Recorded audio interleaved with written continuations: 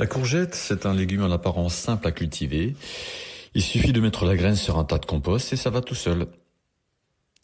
En été, oui, mais avoir de la courgette en Normandie dans sa serre non chauffée à la mi-mai, ça demande du travail, de l'assiduité et un peu de technique.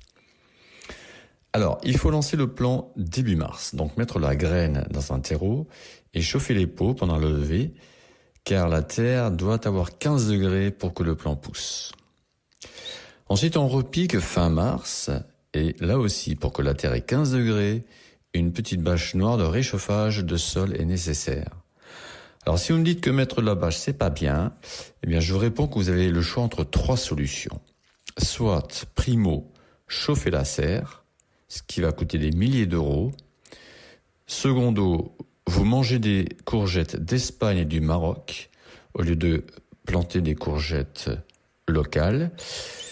Courgettes qui auront fait 2 à 3 000 km en provenance de la fameuse vallée du plastique, car on va admettre toutes les courgettes que vous trouvez dans les épiceries ou les supermarchés viennent de là, avec un bilan carbone juste catastrophique. Troisième solution, vous laissez le petit maraîcher local mettre une bâche qui lui coûte 5 € sur une planche de culture qui permettra de sortir 1 tonne de courgettes de mai à juillet. Voilà, je crois que le choix est vite fait. En contextualisant et en faisant preuve d'intelligence, on arrive à mettre des priorités dans les choses. Alors, au passage d'ailleurs, vous êtes contre le plastique ? Eh bien, vous avez raison. Donc, je suppose que vous avez arrêté d'acheter des produits emballés et suremballés de plastique dans les supermarchés, et je vous en félicite.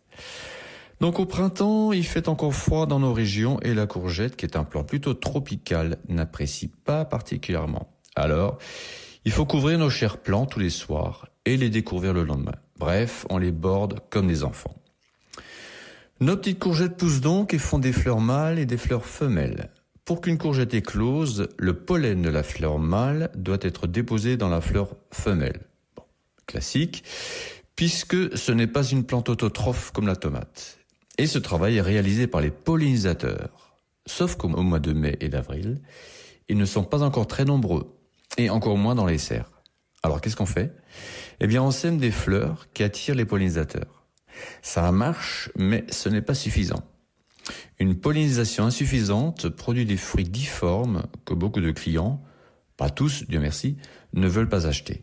Pour que la pollinisation soit suffisante, on introduit des bourdons dans la serre, une ruche à bourdons, et ceux-ci sont très heureux de passer de fleur en fleur.